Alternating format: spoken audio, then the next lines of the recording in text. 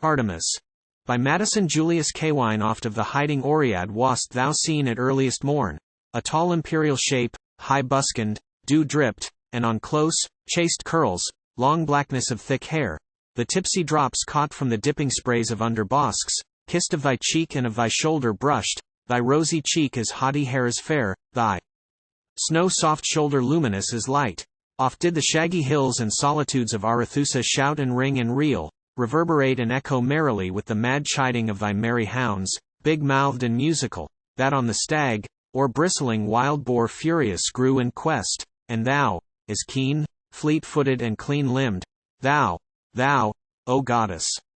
with thy quivered crew, most loveliest maids and fit to wed with gods, rushed, swinging on the wind-free limbs and lithe, long as thy radiant locks flung free to blow and lighten in the wine-sharp air of morn. Me, their throats, their lusty, dimpled throats, that made the hills sing and the woodways dance as if to Orphic strains, and gave them life. Me, their bosoms' deepness and the soft, sweet, happy beauty of their delicate limbs, that stormed the forest vacancies with light, swift daylight of their splendor and made blow, within the glad sonorous solitudes, old germs of flowerays a century cold.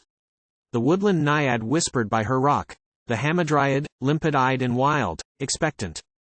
rustled by her usual oak, and laughed in wonder, and mad Pan himself reeled piping fiercely down the dingled deeps with rollicking eye that rolled a brutish lust.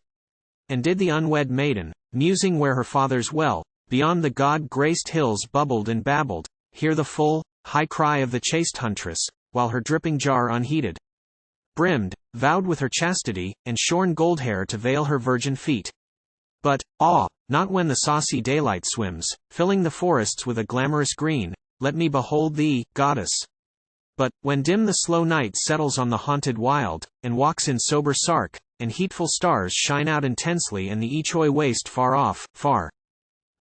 in shudders palpitates unto the limnad's song unmerciful, unmerciful and mad and bitter sweet.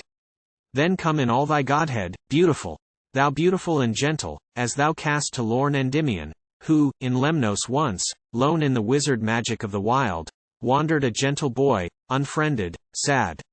It grew far off adown the stirring trees, thy silent beauty blossoming flower-like, between the tree trunks and the lacing limbs, bright in the leaves that kissed for very joy and drunkenness of glory thus revealed.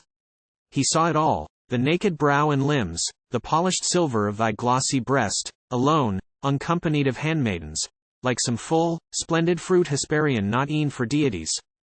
Thy sweet far voice came tinkling on his wistful ear and lisped like leaves that cling and slip to cling again.